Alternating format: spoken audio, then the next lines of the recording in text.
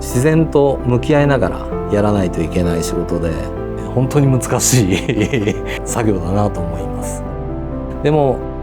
こんな幸せな仕事はないんだろうなと思いながら仕事をやってますね。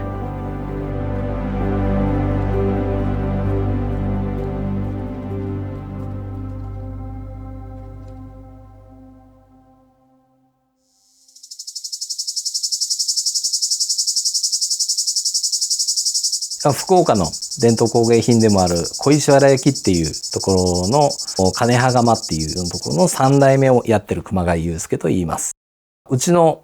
醍醐味というかコンセプトは半農半島ってい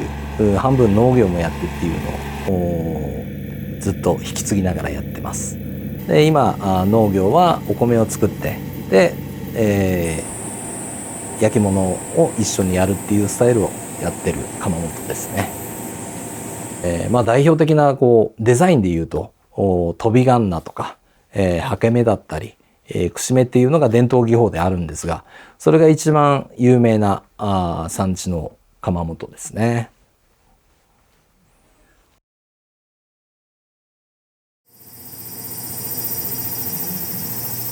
ちっちゃい頃から物を作ったりとかっていうことはすごい好きな性分ではあったんだろうなと思います。ブロック遊びが粘土遊びみたいな感じで、ちっちゃい頃は過ごしていきながら親の仕事を見ていって、泥みたいな粘土から形にしてでみんなで、それを成形しながら、焼き上げてでお客さんが、見てくれて、かっこいいとか素敵だねと言いながら感動して買ってってもらえる風景をちっちゃい頃から見ながら本当に幼稚園ぐらいの時からやりたいなとは思っていましたね。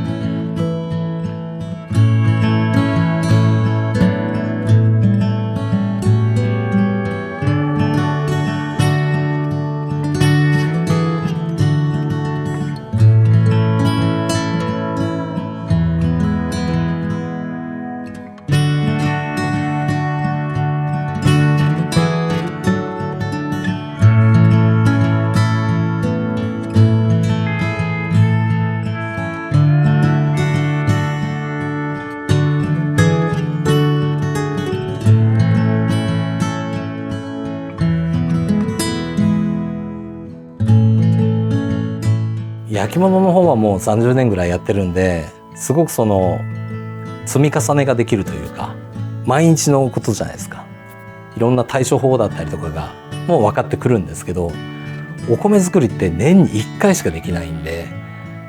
まだ40年ぐらい40回しかしてないんでだからその、経験の積み重ねがやっぱりまだ浅かったりとかするし、農業の方は本当に難しい自然相手のことなんで、作業だなと思います。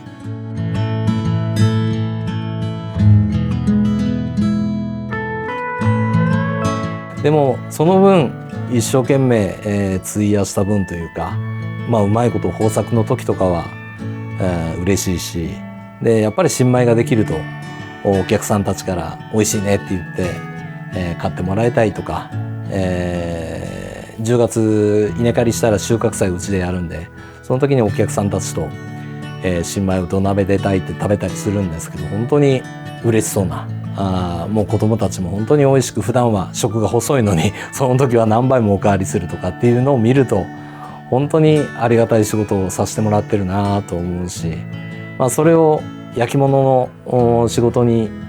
置き換えた時でも、こんな幸せな仕事はないんだろうなと思いながら仕事をやってますね。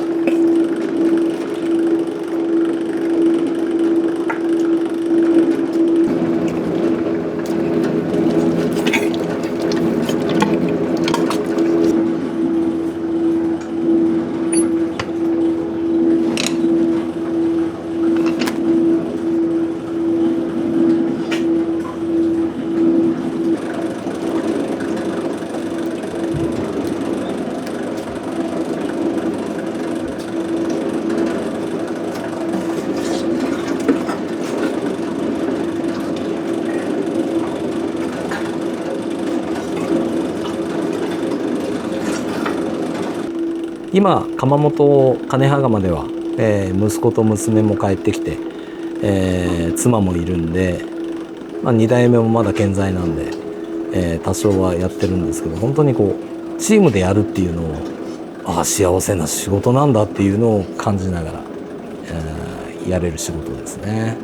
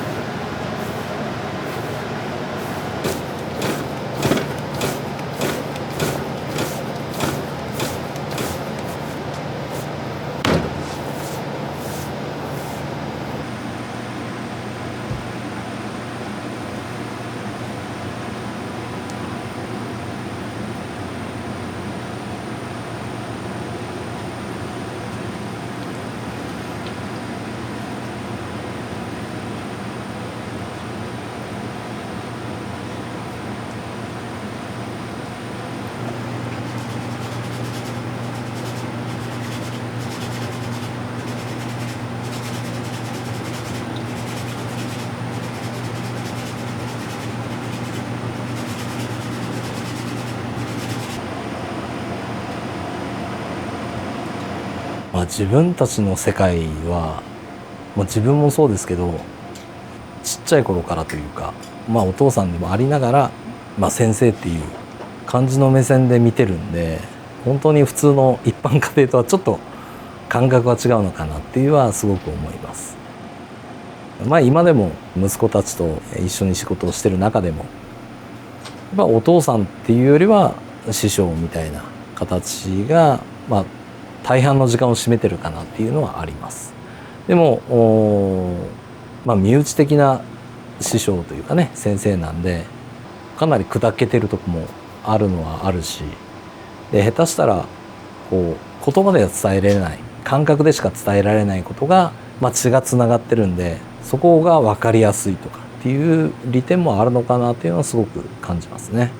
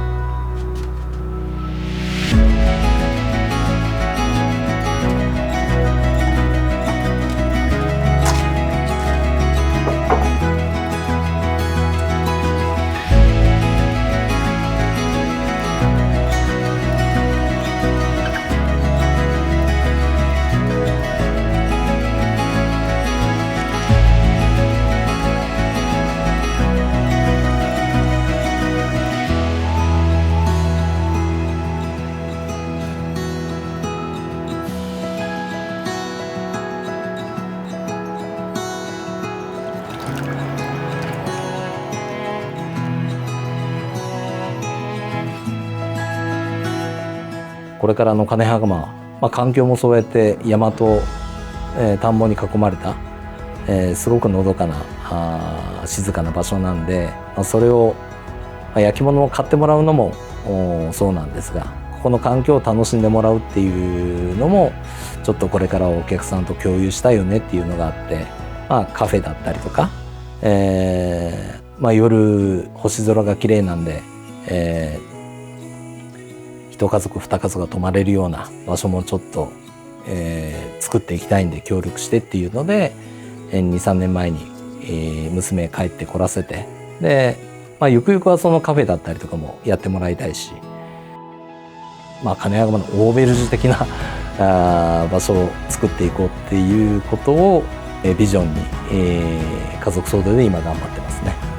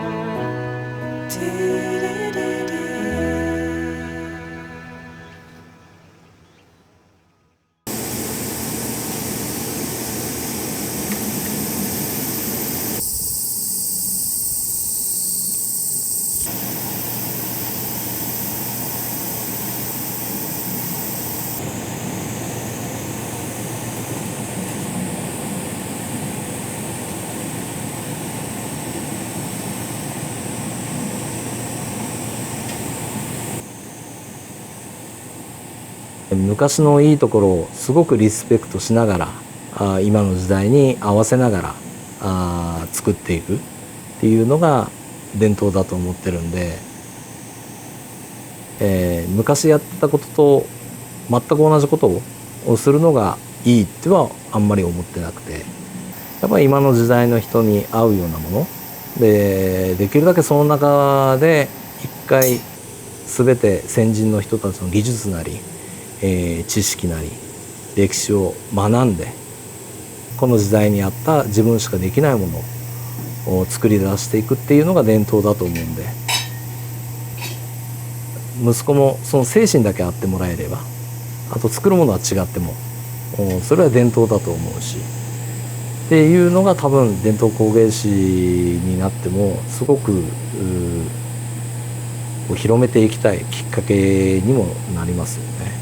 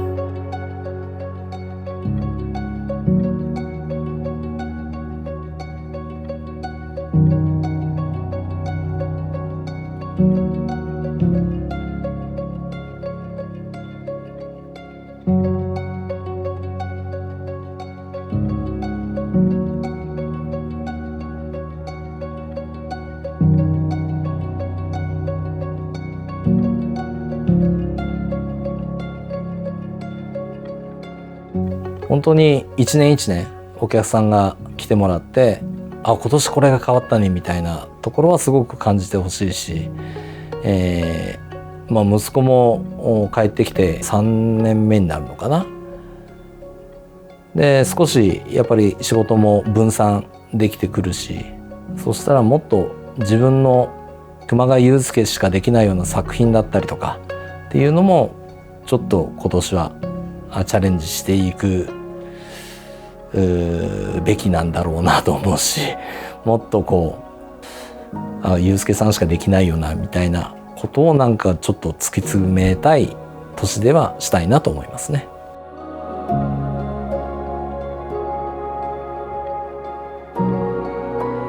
僕は60になると息子は30ぐらいなんで、ある程度焼き物の方は、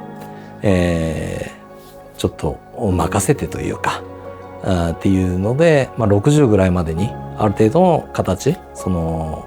カフェだったりとか宿泊するようなところだったりとかっていうカネハオーベルジュ計画を、60ぐらいまでに向けてやっていきたいなっていうのがありますね。